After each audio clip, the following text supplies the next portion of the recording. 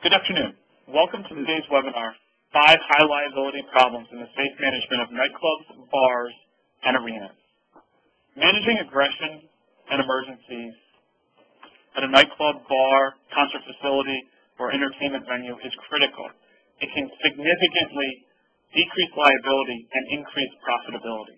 During this program, the presenter will cover the following topics: understanding general management practice and security as it relates to accidents, the bouncer issue, what you don't know about crowd control, the door, security plans, and the culture of the venue. The presenter for today's program is Mr. Dale Yeager. Dale has extensive training in criminal psychology and forensic psychology, including advanced training at the Federal Law Enforcement Training Center.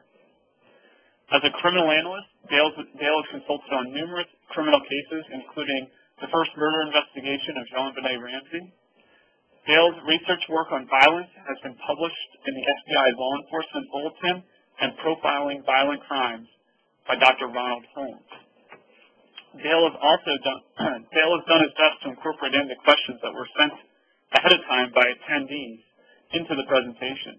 If you have a question that pertains to the presentation, please use the chat feature or the Q&A feature located on the right-hand side of the screen to submit your questions, and we'll do our best to answer them during the presentation. Tomorrow morning, I will send out a link to the archive recording, as well as a copy of the PowerPoint presentation in an email. We do ask that you take time to fill out the survey that will appear on your screen after today's program. I now invite you to sit back, relax, and enjoy. I'm going to turn the presentation over to our distinguished presenter, Mr. Dale Yeager. Dale, the program is all yours. Thank you, Matt. Welcome, everyone. Today's webinar is relevant to 2 groups of people. One is attorneys who have pending legislation or considering legislation against a nightclub, bar, or entertainment facility or a live event, and also defense attorneys who defend these entities. And one of my great frustrations is that over the past 22 years of my career, I've spent 15 of those working for major nightclub chains, major live venue chains and concerts, with my team, fixing their security issues. And so this is not theory. You will not hear theory today. This is based on practical application over those 15 years of going in and assessing security risk at these venues, figuring out what the problems are with the policies, the training, the management. And I'm going to talk a lot about management today.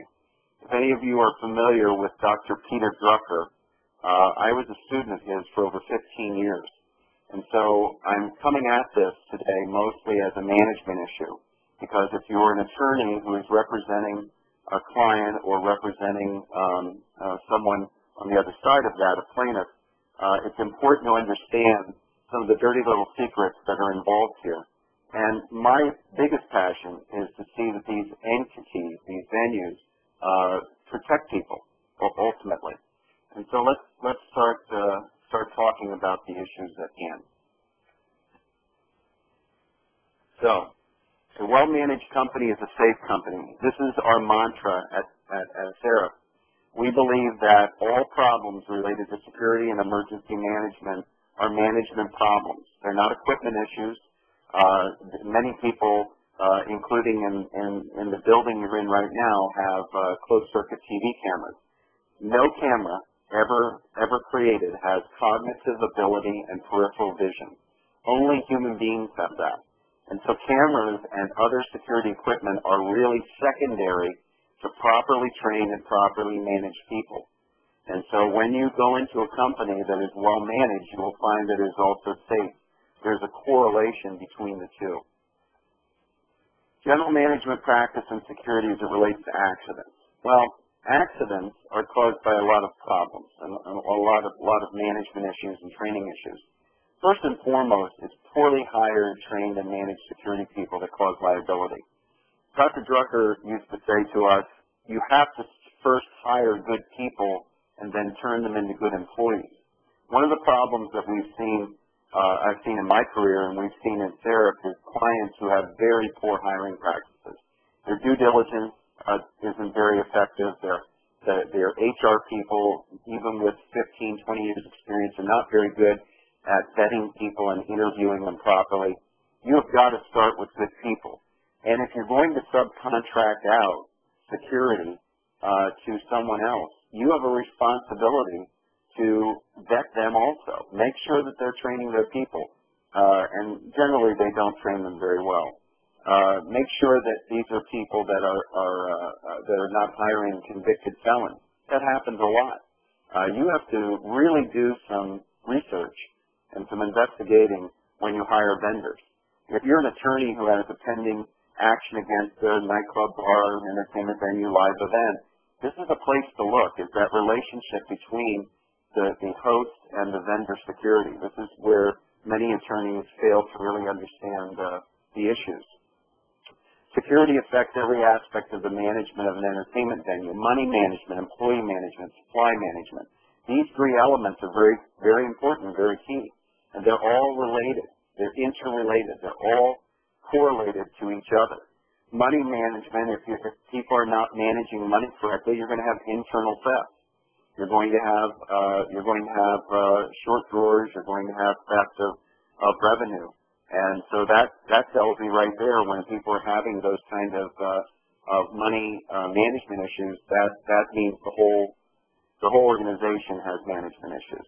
Employee management, how you hire, how you discipline, and how you terminate employees.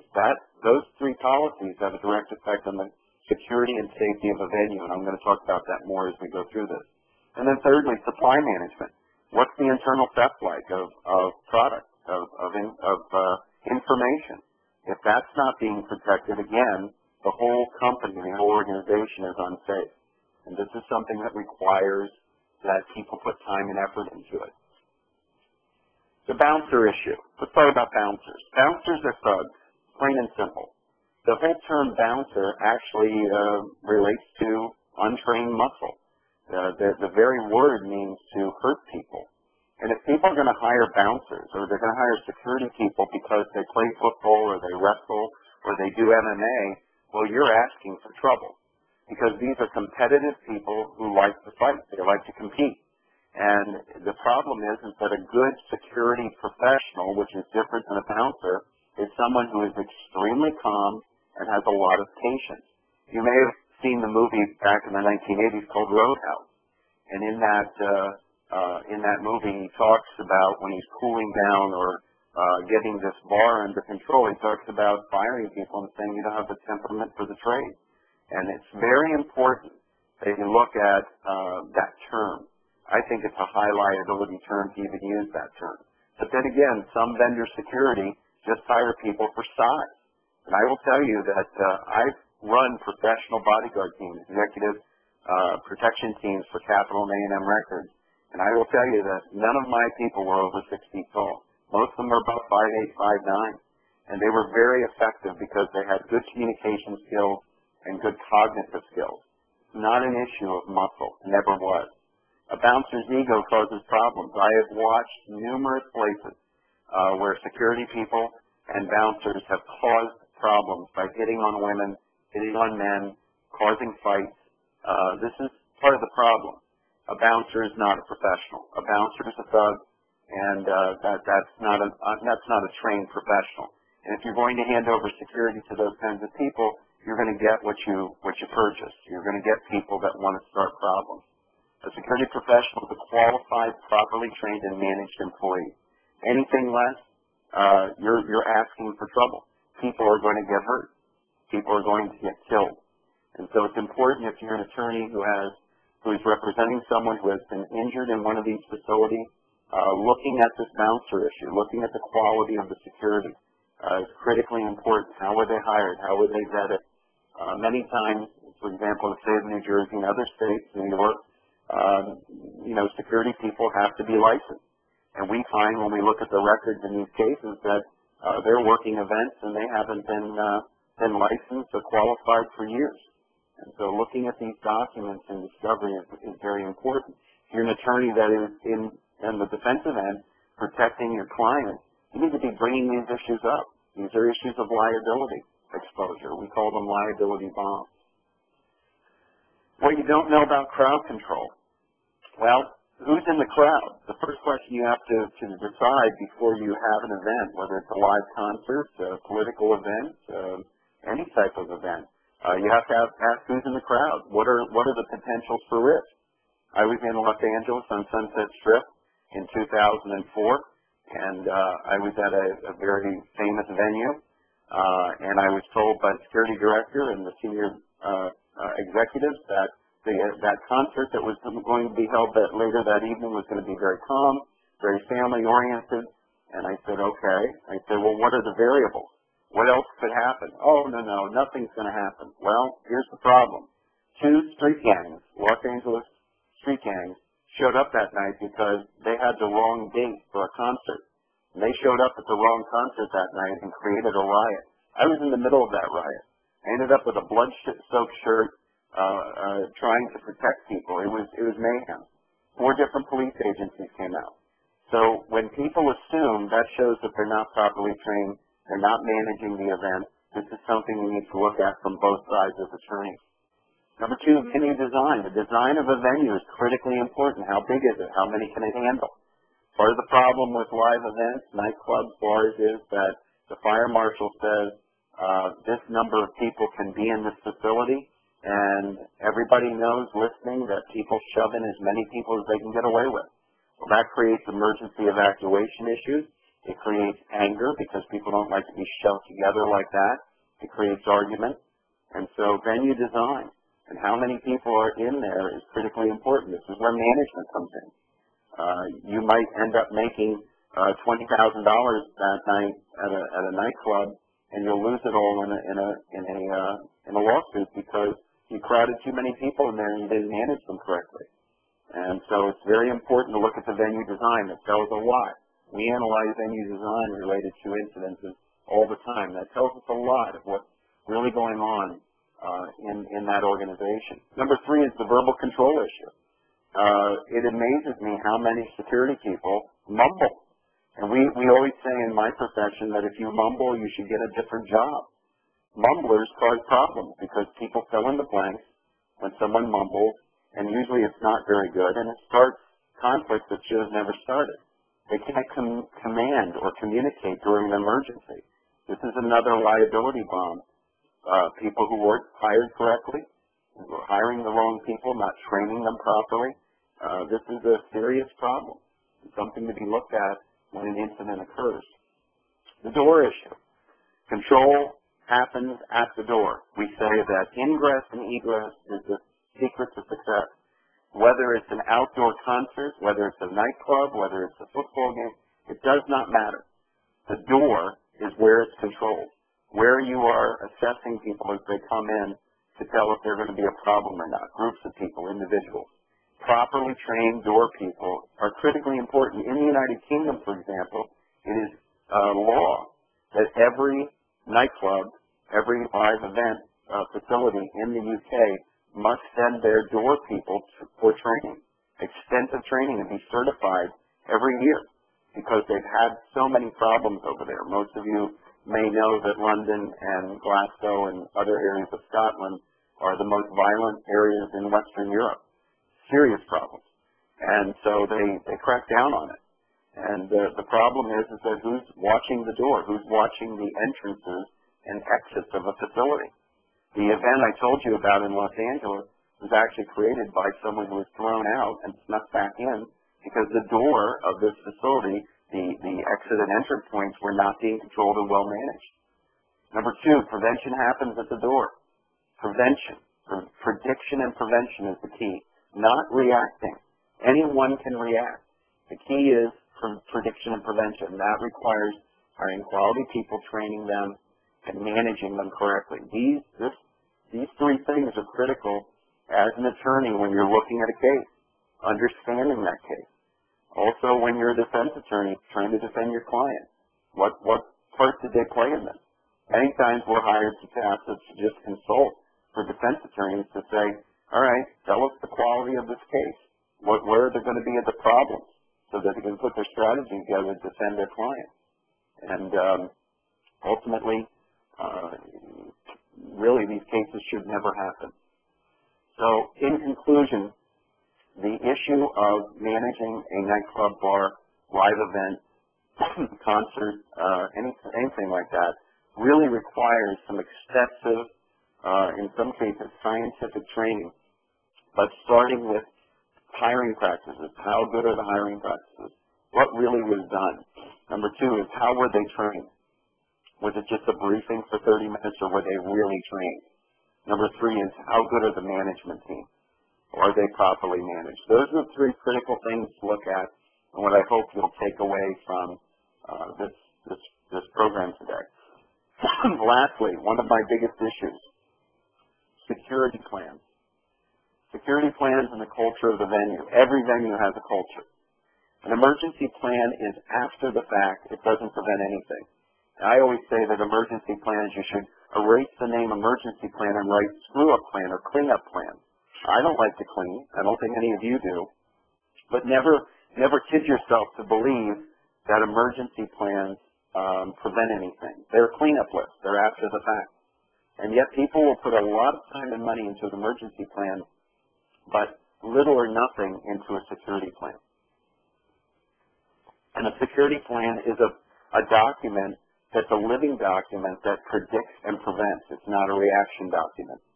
But yet, most places have policies, but they don't have a security plan. It's different when you have security policies. That is not a security plan for a specific event. And that's critically important to look at. Number three, a security plan is centered on the culture of the venue. It must be customized. Every venue has a different culture. That culture is the type of people who come, the kind of events that are held there. I have seen women at Barbra Streisand concerts and Bette Midler concerts beat each other almost to death because they stood up in front of each other. Middle class, nice people fighting with each other. So one of the problems that drives me crazy, and many of us who are professionals in this field, is the attitude that, well, it can't happen here, or this is not that kind of event. Any event can have an emergency. Any event can have someone have a heart attack, or have a cardiac event, or seizure, or anything like that. Mobility issues. Any event can have problems. You cannot just categorize them based on, well, this is heavy metal or punk or hip-hop, and those are going to have more problems. That's generally not the case, ironically. And so, again, the culture of the venue has to be assessed to provide a proper security plan. And so, again, in quick review, and then I'll take any questions that you have today. Whether you're an attorney who is a plaintiff attorney or a defense attorney, you really need to understand this as it relates to events. And I know all of you have been to some type of event, a football game, to a concert, to a nightclub, or to a live event type facility like a bar or restaurant. And it's critical to start looking when you go to these events after going through this training. What do you see and what don't you see? How are the security people acting? What's the door like? What's really going on? This is important for your own personal safety and certainly relates to your clients, either getting them some financial justice and justice in general, or from the defense side, defending your client. And so it's important that you understand the bigger picture as well as the detailed picture. It is complicated, and it requires real planning and professionals to properly manage these facilities and prevent people from having harm. So I will turn it now over to Matt, and I'll take any questions you have. Okay, great. We do have a lot of questions in the queue, and they continue to get to come in. Before we address the questions, Dale, could you touch on one topic? How should a club or a venue go about maintaining a positive working relationship with the local municipality that it's in? Well, the issue of getting along with the municipal board that oversees your license. Well, what we do is we get called in by attorneys when a facility is in jeopardy of losing their license. And what we do is come in and do an audit, figure out what the problems are, start redesigning policies, doing training, and then take that information after a period of several weeks to the city council with borough management team and say, here's what the facility has done, the owners have done to change the situation with crowd control and all of that. And that makes city councils and boroughs and things like that back down. And we've saved many a license doing that. But if you're not going to, if you're just going to tell them that, oh, we're going to figure this out, we're going to tighten our grip, that's not the issue. If you're doing the same thing you were doing before, and it was creating problems, then you're going to have to go in a different direction. Obviously, it's not working. And so getting along with the local borough or city council or whatever, licensing group really requires that you ask a very difficult question. What's wrong with the facility? What's not being handled correctly? Do I have the right people? Many times the wrong people replace managing, and they're going to cost you your license, or they're going to cost you a permit for a live event, and cost everybody a whole lot of money. And so, I hope that gives you some overview answer to the question. It really requires taking documents to them that say, look, here's what we've done. And by the way, let me say another thing, Matt. When you do training, you have to do written tests. So managers, security people all have to take a written test. We require a written test. And they have to pass with an 80% to get certified. And then they have to recertify, depending on the venue, every 3 months or 6 months. And so it's critically important to be able to show test results, show proper paperwork, a paper trail. And if you're a defense attorney defending your clients, let me tell you something. These paper trails make attorneys go away because it's hard to bring a suit against an organization that's got their act together and is very organized in how they do their security emergency management, have proper training, they're doing testing, they've got the test results, they have the paper trail that shows they're doing all the right components. And so that's the way you get along nicely with your local community licensing board. That's what we've seen in over the years. So. Okay, great. Thank you, Dale. We have, like I said, we do have a lot of questions, and we're going to start to get to them right now. Bob asked, what is the liability of a venue for sale of defective product by a third-party vendor, which sold the defective product at an event? So a venue sold a defective product at their event, and the product was in turn sold to them by a third-party vendor. You know what? This is outside of my area of expertise. I really don't know an answer to that. I can find, if this person will contact you, Matt, I will find an answer to that. But it's just something I don't know about. I always tell clients, small and large, look, downstream liability is a reality. So I'm going to assume that there's a downstream liability issue here, but again, this is not my area of expertise, so I'll have to find out for you. Okay, great. We have a question here from Bruce who asks, what types of questions are used on the paper test? Are there templates that are available, or is it venue specific? Well, no, the training that we do, the Viva training that we do, has levels, and the tests that are given at the end of that training are specific to whatever level is being taught to those management people and the security people that day.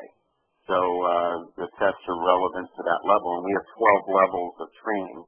And then we have a train-the-trainer program, which is even more complicated, because most of our venues, after we've fixed it and cleaned it up, we then create a train-the-trainer program where we take a key group of people, train them and certify them to teach our program, give them the test, teach them how to give the test, basically become us. Because ultimately an organization has to wean itself off of a consultant. I mean, at some point they have to build capacity within their organization. They have to take responsibility for their own security and emergency management actions, and the best way to do that is to have a properly trained and certified trainer team to constantly do training throughout the year. That's the key to success, and we've been doing that for a long time. So answer the question, the written test is normally 10 questions. There's also a physical test that's given during the training. We watch them do the physical aspects of the training, and we assess whether they're, paying attention or not, whether they're involved, and then they take the written test, and that's all compressed together to determine whether they pass or not. And I would say that, generally speaking, about 3% they fail. And it's important that you test people, because if they're failing these tests, you don't want them working for you. You want them to be phased out, because, again, they're what we call liability bonds. So hopefully that answers your question.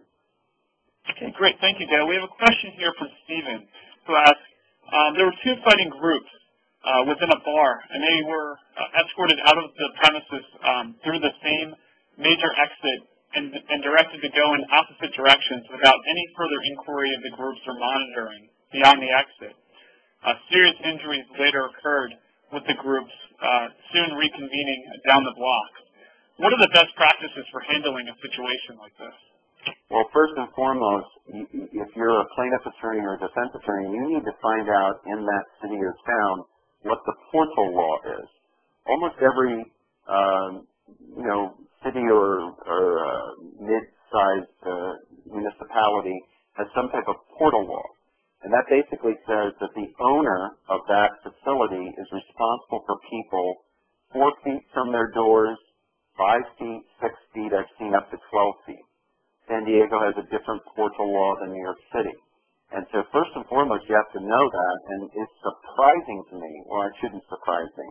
It angers me that so many owners of these nightclubs and facilities don't know that law, what their responsibility is. Secondly, once you dump people out on the street, if there is violence going on or potential violence, there is a responsibility.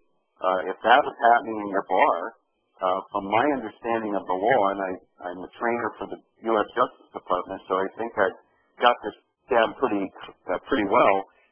If there's violence going on in your bar, someone punches someone, well, that's simple assault. And if there's injuries, it could be aggravated assault. You are required to report that.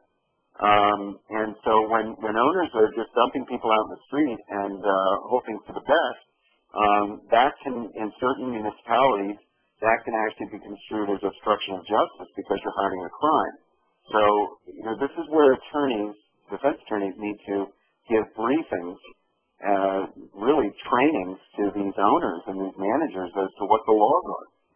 This is an area that I tell defense attorneys do all the time. Do the homework, do the research, make sure they have in writing, they know what the laws of that municipality are. If they have multiple venues, the laws are going to be different in different venues. And if you're a plaintiff's attorney suing one of these venues or a live event, it's critical for you to do an assessment of local laws too, so that you can properly, adjudicate the case and make sure that you get justice for your client. So, 2 groups that are dumped out on the street who are having violence. If I read this correctly, there was violence. Well, what do you think is going to happen? And it's irresponsible. If nothing else, it's irresponsible and unethical, and could create a PR nightmare for that facility to dump people out in the street and then just to throw a bunch of 2 angry groups out into the public where the public can be injured. And so, I think there is liability there. I've worked on cases like this, and we certainly found liability on the part of the owners, and we certainly teach bar people that there's a procedure that you must go through, a very strict procedure to go through to make sure that when you exit someone or a group of people, there's a procedure you should follow based on their actions inside that facility, whether it's a live concert, a football game. You have to be very careful about that. So it depends on, I would need to know more detail, but the overview of it is that I think they have liability because of what they did. So. Excellent. I'll follow up to a question that you answered I think it was the first or second question. What was that training that you were referencing again? Is it the VIVA training?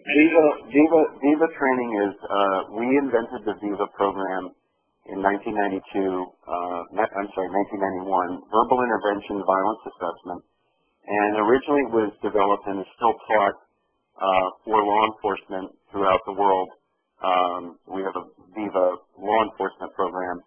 And then we, in 1998, we created a VIVA program for nightclubs, live events, stadiums, for the security and management teams of those facilities.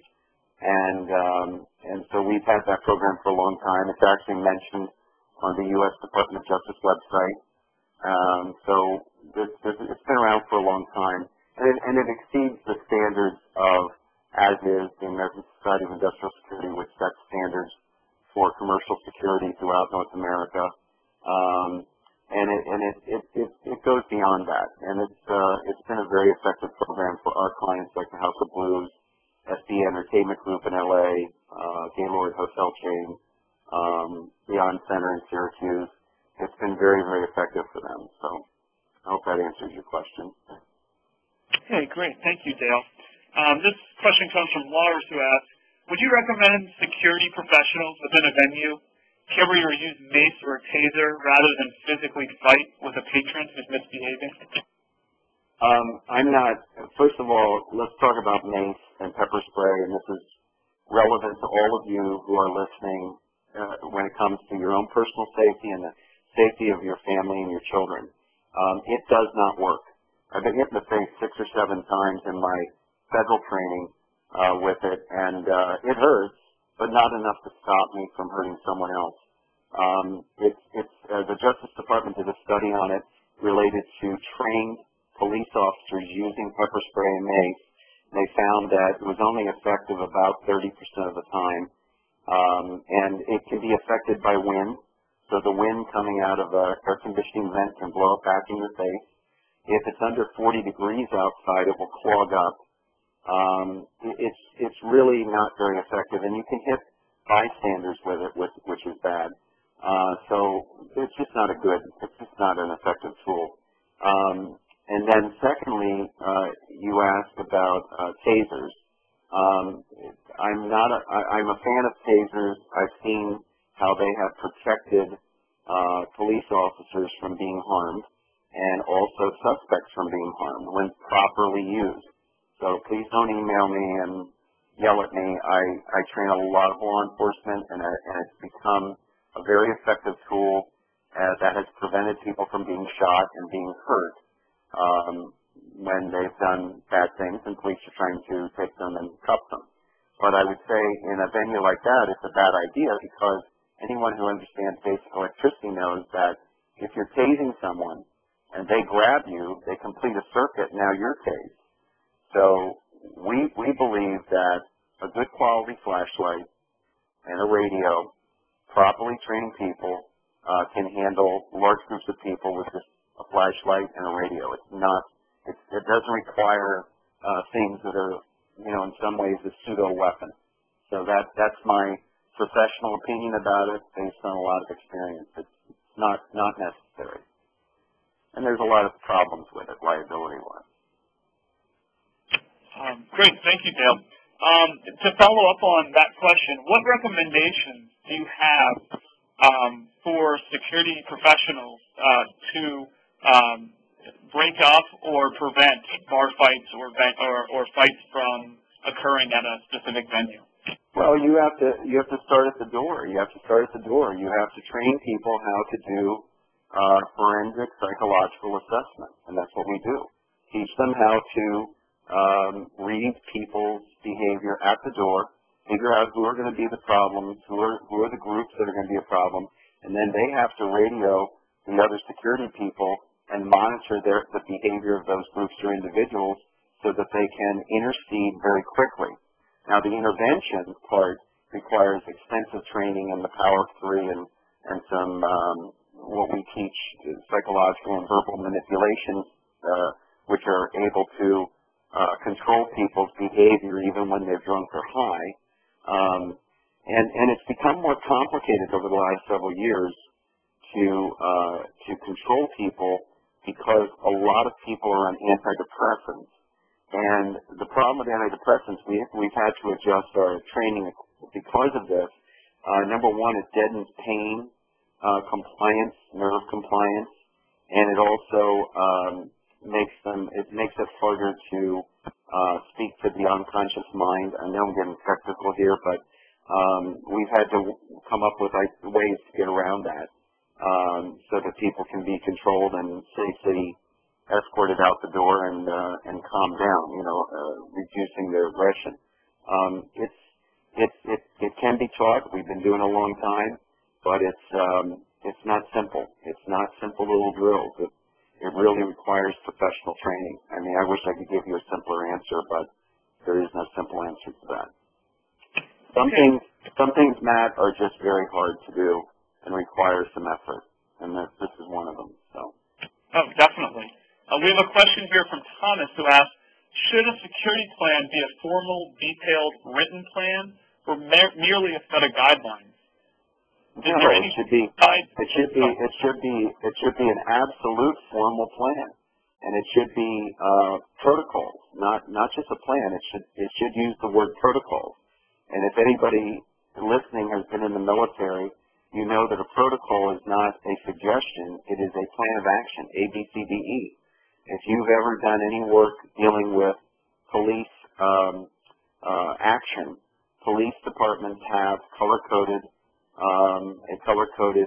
system of aggression. What do you use against someone who's yelling? What do you use against someone with a weapon? That progressive, we call it the mindset triangle, that's critically important to teach to security people. And I'm going to tell you right now, subcontracted security guards don't get this kind of training. If they say they are, tell them to prove it.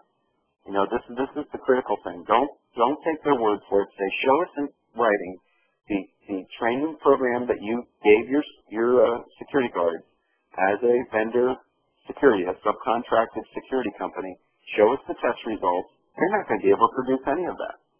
And show us that you've taught them, you're going to have to coordinate with your people and their people as to who's in charge, who's managing whom.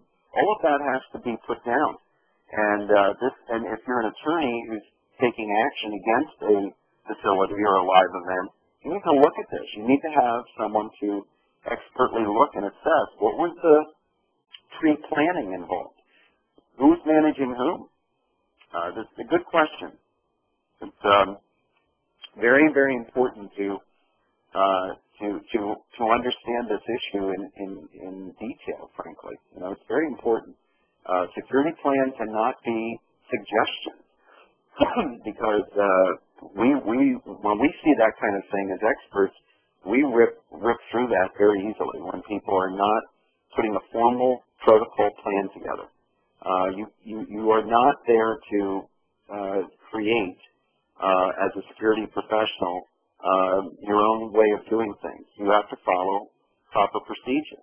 And there is one way to protect people at an event, and only one way. There are not many ways. And I can say that with complete confidence. And even the as-is, American Society of Industrial Security protocols, are very specific about what you have to do in pre-planning, during the event, and post. And very few people follow them, and then they end up getting people hurt. I'm working on a case right now in Canada for TASA. Matt, you know about this case. 36-year-old mom gets killed at a concert. Why? Because nobody was managing anyone. They had one of those plans that made suggestions, so people made it up as they went along. And now 2 little boys have no mom. It angers me. There's no excuse for it. This was a preventable event. I worked on another case with that where a guy, 24 years old, 2 weeks from being married, with his fiance and his mom at a concert, and he ends up getting his neck broken, and he's a quadriplegic. And all because people didn't do their job. Nobody was managing any money.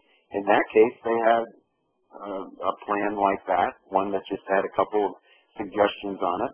I mean, it's disgraceful. It shouldn't be happening. There's no excuse for not taking care of people and having a standard of care. We all know this, you know, working in the legal profession. That is a powerful statement. What is the standard of care? What is expected of you? So, as you can tell, it gets me upset because people get hurt. People die because of this lack of training, lack of planning. So. Okay, to follow up on that, Thomas asks, is there any downside to having a very detailed plan, either because of what is contained in the plan or what may be missing? No, because if you put a proper plan together based on an audit, an assessment of your current policies and procedures, first you have to assess. Then once you assess, you start filling in the blanks and fixing the problems in the training, the management, and the policies.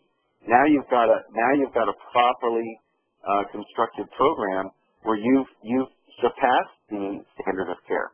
Now you have a plan that is actually usable by trained people so that you can prevent these problems from happening. You know, I think too many times attorneys will say to me, well, if it's too detailed, that's a liability. No, if it's not detailed enough and meets basic security management standards, it's a liability. And it's better to have a properly designed plan that is trained, people are trained to use. That way, whenever they step out of bounds, hey, you look right at them and you say, you did not follow the procedure. You know, and right there is your cause for getting rid of them. And when you get rid of the bad eggs, you end up having a great organization that doesn't require a lot of protection legally. But most of you who are attorneys who are taking action against the facility, you really need to look at this process because that's the cause. Believe me, I've been doing this a long time. That's the cause of your client getting hurt or injured or killed. Is this lack of proper training, assessment, proper planning. You know, so yeah, that's my answer to that question. Okay, thank you, Dale. We now have a question from Randall who asks, what factors are to be taken into account when determining whether a bar needs security professionals or just a bartender? Are there any written national standards or codes or ratios that cover this? This is a great question. A bartender is there to do two things. One is to serve drinks. The second is to make sure they are compliant with the laws of that state regarding how much alcohol they serve to individual people. And that's their only job. And if you're going to make a security guard out of your bartender, well, you're just asking for trouble. That's gambling with people's lives.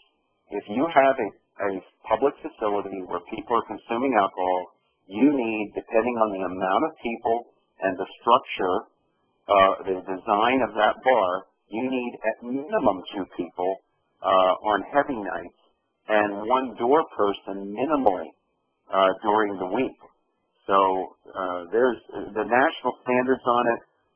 There are suggestions. You know, the bar owners are not as organized when it comes to security emergency management as nightclub owners and live event facilities. But there's more than enough precedents out there, more than enough articles that we use in our expert reports to show that there's a standard that has to be met with respect to the number of people, but never should a bartender be a security person. I mean, this is not the 1960s where the bartender's got a baseball bat and a shotgun behind the bar. If you're running that kind of a roadhouse, you know, kind of a biker bar, well, you know, good luck. You deserve to be shut down because that's not being ethical. It's not taking. It's not even meeting a basic standard of care.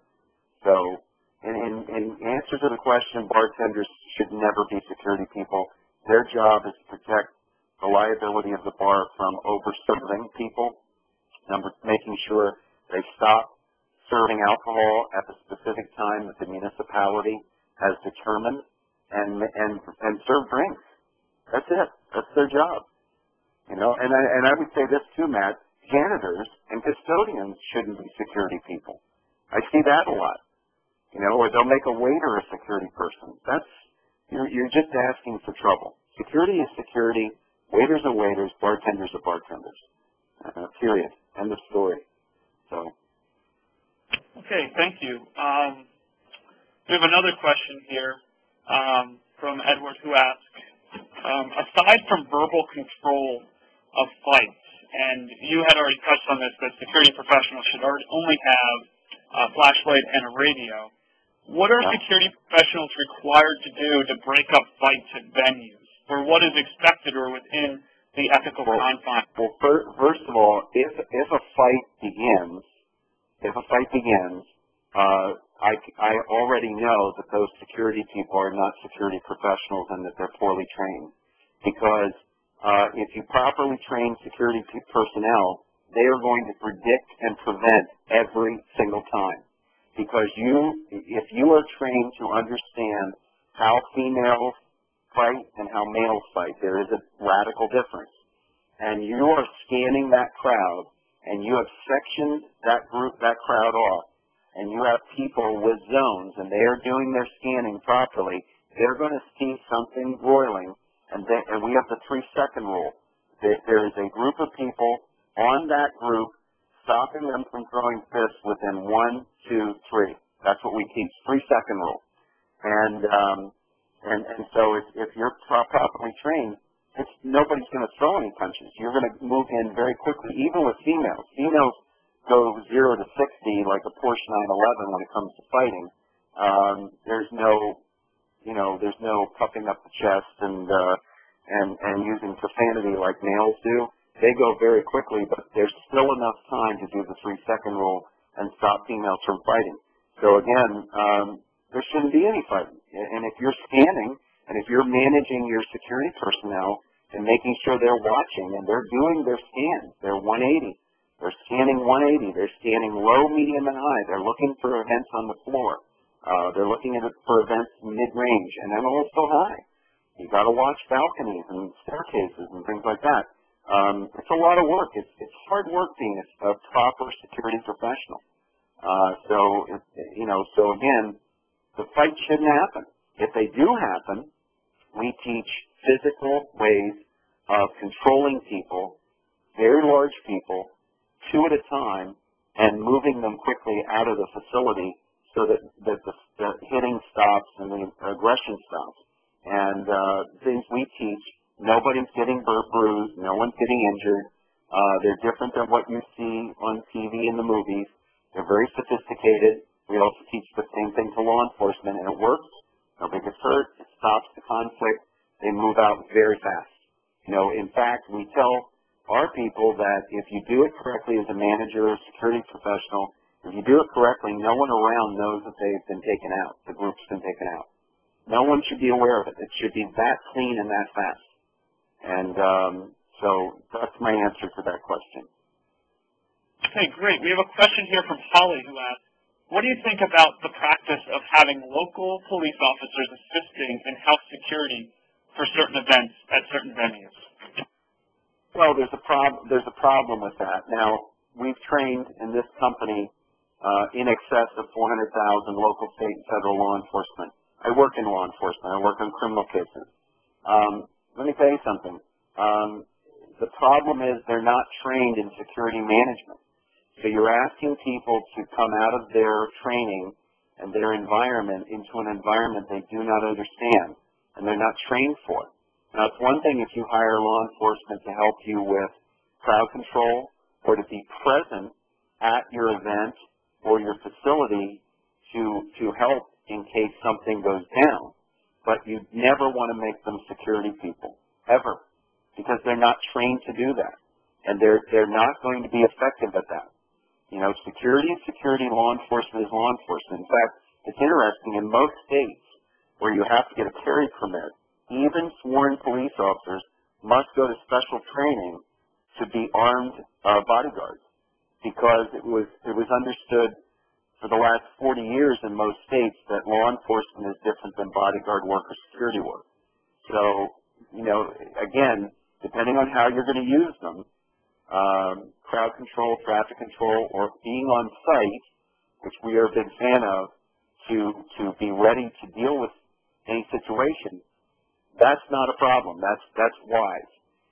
It also builds good relationship between the facility and the community.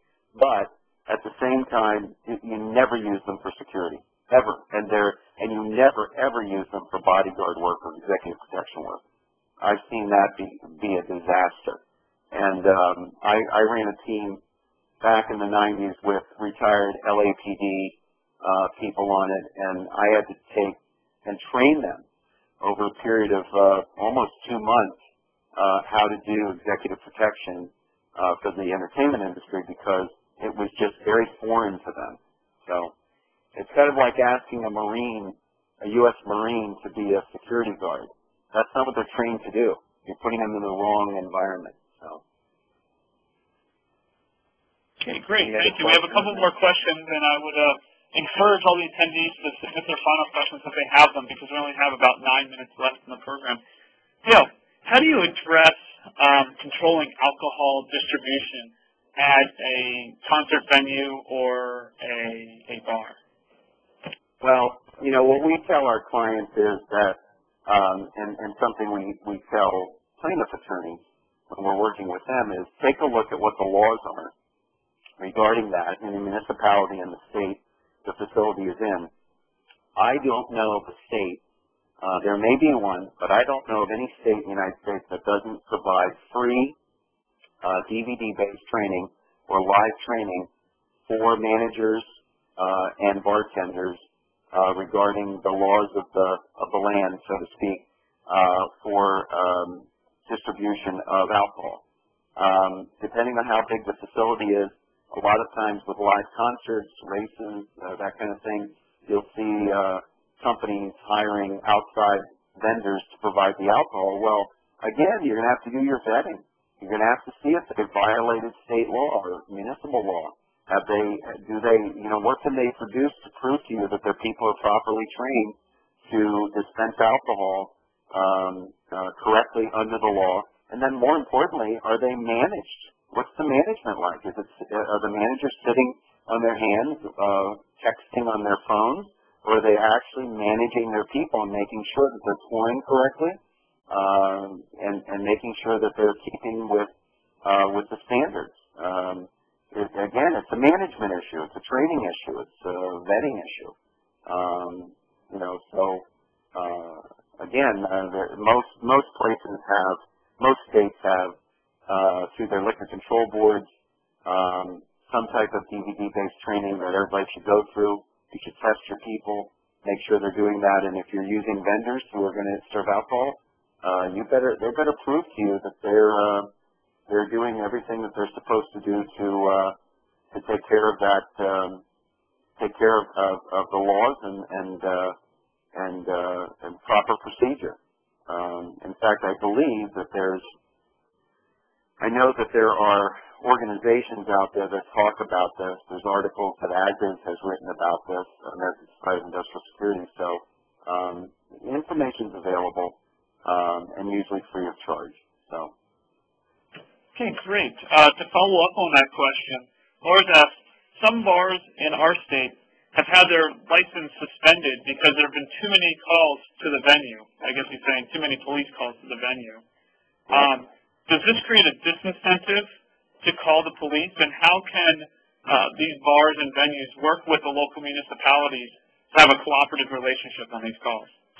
Well, let me go back to a previous answer to a question similar to that. Again, if a facility has proper training, proper hiring practices, proper management, they've developed a security management plan which includes crowd control. The issue many times for local municipalities is the issue of crowd control. Complaints from neighbors, all of that. And again, you have to have training to know how to do crowd control. But here's the thing, if you get it done properly, if you do the proper procedures and put a plan in place, and then take that information to the chief of police, to the municipal agency in charge of your licensing, and say, we wanted to let you know that we have put together a plan of action to reduce problems in our facility or facilities, We want to show you what we've done. In our case, when people hire us to do that, we'll actually go and talk to chief of police and the licensing board and explain what we do, but then show them what you've done. And then once you've done that, they're less likely to be annoyed when you call because they know that you're really trying. You have a process in place to prevent the problem from happening. And I'm going to tell you what, if you do the right thing, if you do the assessment, you do the training, you manage your people correctly, you know, in most of the facilities that we work in, they'll reduce their calls to law enforcement and actual incidences, generally speaking, by 70%. In the case of House Blues, that went down to 0 and stayed there for 8 years. 0 for 8 years. And so the thing is that, again, if you're doing the proper procedure, you're going to prevent it so that you're not going to annoy local police. But again, you have to go and explain to them what you're doing and what steps you're taking so they understand you're serious about preventing problems. Okay, we have a last question from Melissa, who asks, do you have any suggestions on checking ID in a restaurant that serves both food and alcohol, and how to keep minors from being served? We provide training on how to detect defective IDs. We do that type of training, but I will tell you that there are numerous programs available, and most states, most liquor control boards or state agencies have DVDs that are available to train your people, and they're very well made. They're usually done by the state police, and they're very well done. I've seen at least 6 or 7 of them from different states, and they're very well done. They're very easy to follow. The information, the training information out there is available and almost always free on IDs. But, you know, we always teach it because in some places it's $2,000 an incident if you let a minor in. That can get costly when you're doing a under 18 dance party or something like that, or a concert. So, you know, again, it's all part of the process of assessment, training, and management to make sure you prevent these problems from happening. But it's not that difficult to get that training in state and almost always free. So. Okay, great. I don't see any other questions in the queue, so why don't we wrap up today's presentation? Dale, do you have any concluding remarks?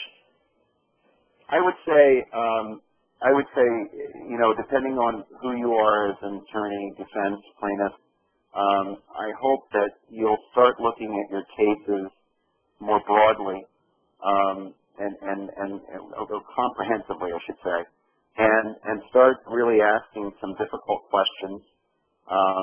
And especially if you're a defense attorney defending your clients, you know, really ask the question of, well, what are they doing?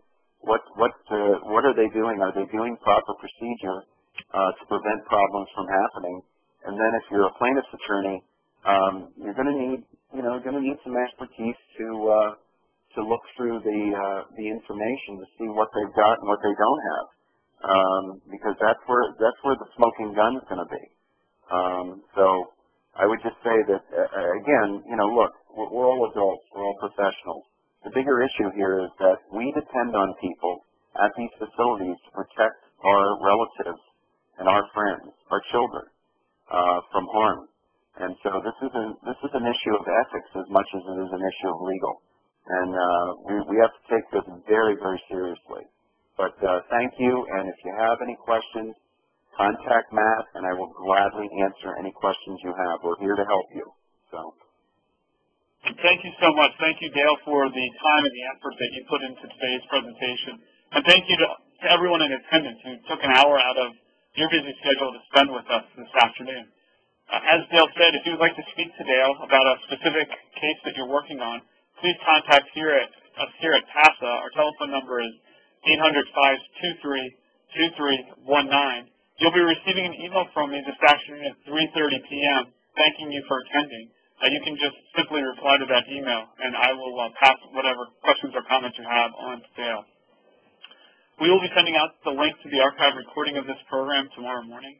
In that email, I will attach a copy of the PowerPoint presentation that was used. And if you have any follow-up questions or comments, we do take all the comments under consideration, and it helps us to put on better programs. Please feel free to email me at mhyde@tasanet.com and with your questions and or comments. The archive recording of this program, as well as all of our previous programs for legal professionals, can be found in our Knowledge Center. Visit tasanet.com and click on the Knowledge Center tab at the top of the screen to view them. They are completely free. With that, I will end today's meeting. I look forward to seeing everyone at future TASA programs. We're going to take the month of August off, but we'll be back better than ever in the month of September. Thank you so much. Thank you, everyone. Bye-bye.